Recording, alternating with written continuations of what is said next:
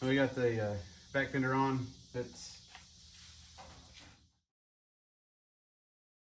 Hi, welcome back. Thanks this evening. We'll get this fender hung. So we're gonna take the front clip off and move it outside. I'm gonna have my wife help me with that. And also she can come help me hold the fender up while I put the bolts in it. But we're gonna use a step bit drill. Actually, we're going to 5/16. We're drilling it out to that one right there. And perfect fit for the bolt. And I'm just gonna try to hit the center of each of these black dots. And hopefully we can get on the first shot. Probably gonna keep it a little bit lower because I think when I was in there marking, I was angled up just a tad. So I'll probably hit it on the lower side. Anyways, we'll get the holes drilled. She'll come out here, help me lift it up while I put the bolts in it. And we'll get the front clip moved. And then I made a parts list. And I think we'll go over just about everything we need to do to it to get it running. And if y'all see something I missed with my parts, let me know. But it's quite a extensive list. So anyways, let's start drilling these out, and we'll fit the bolt, make sure they fit good. And then we'll hit, I think there's 1, 2, 3, 4, 5. Drill those 5 out. And we have 2 spots on the floor running boards. Or actually 3 spots on the running boards to put a bolt through. Like I said, on this other side, we're going to come in from the back behind this because I can't get behind this for these last 2 that are here. So we'll have to try to guesstimate where those are and drill and find those. But hopefully get this fender on here pretty quick.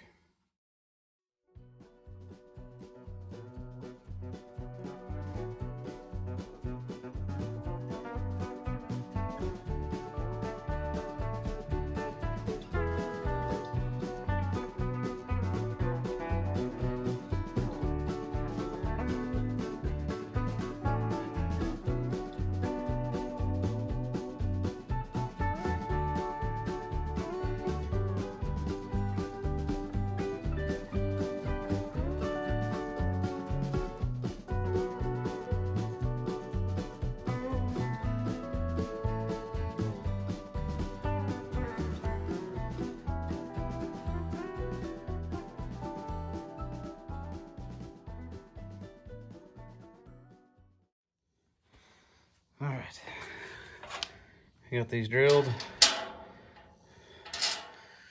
Check them, make sure.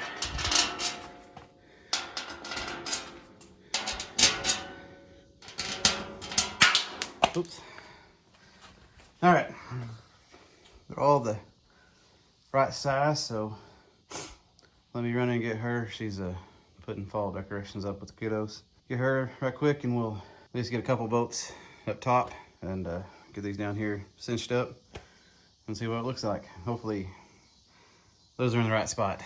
This side on, like I said, then we'll move up here, take the front clip off, put it out there by the cats, and then we'll go over the truck. A little bit more detail of what needs to be done to it and what my plans are. But let me go get her right quick.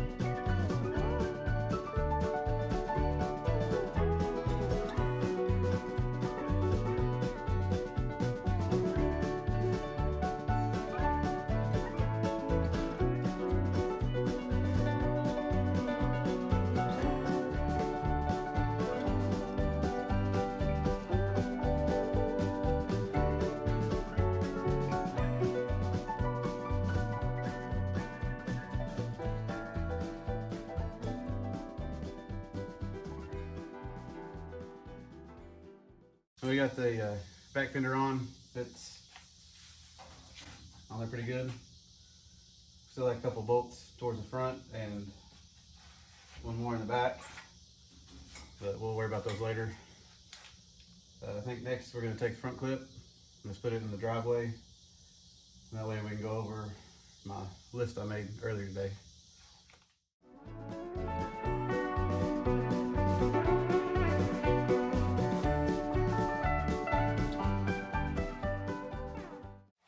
Alright, we got that taken care of. Last gonna go in for a little bit while we go around the truck. But she'll be back out to lift that back up and put it back on the truck. We don't know where else to put it. So anyways, see you in a little bit. Alright,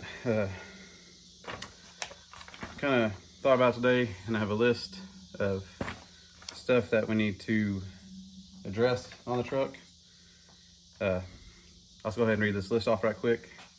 The steering, need to count the splines on the rack and pinion so we can get a knuckle that actually works, which I don't think I have all the right parts for that column. I think that knuckle goes on the column, and then there's an intermediate shaft, maybe two with another knuckle, and then the Jaguar spline knuckle for rack and pinion, I think is how it goes. I watched a video on YouTube today, and a guy put a Jaguar front suspension in like a 1949 Chevy, kind of similar application, but he didn't have a diesel engine as I think it's a small block 350. So anyways, I think you need to count the splines and get the right spline knuckle U-joint to go on that, to hook to an intermediate shaft, to hook to another knuckle, to hook to the column, I think is how I'm going to go about it. So there might be more in this box down here, I'm not sure. And then I'll show you, I need front shocks mounts made. I'm gonna put a master cylinder with a brake booster. And we need all the brake lines. Engine, need to check oil, get a new oil filter, probably change the oil in it. And you have to have, I think he said one wire goes to it to make it run. So we need one hot wire to it. Transmission, need to check fluids in it. Need a transmission transcooler for the front. The transcooler lines going to it, a computer that runs the transmission. Then we need the drive shaft from the bell house, or the transmission to the rear suspension. It has to have a GM front, Jaguar rear. They're different, I think, so I had to have that custom made. Need a wiring harness, which I think a universal one would work well for this. Fuel tank, we're gonna get one that goes in the back here. It's a toolbox. Hopefully it'd be, pretty big capacity. Then we need lines for it to go to the engine. And then need exhaust, of course, tires and wheels, gauges. Need a seat and headliner recovered. Glass, which he has all the glass. Weather stripping and all the felts to go around it. I got put rear fenders on. We got half of that done. So we can almost mark one off the list. And then need to weld up the front suspension. That kind of is tacked in, as well as the rear suspension. Needs a rear bumper, but I'm not sure if I'm gonna go with the one that came on it because it's big and bulky. I may go a different route with that. Or I don't know if I have one at all, I'm not sure. Headlights, tail lights. There's headlights here, but I don't know if they work.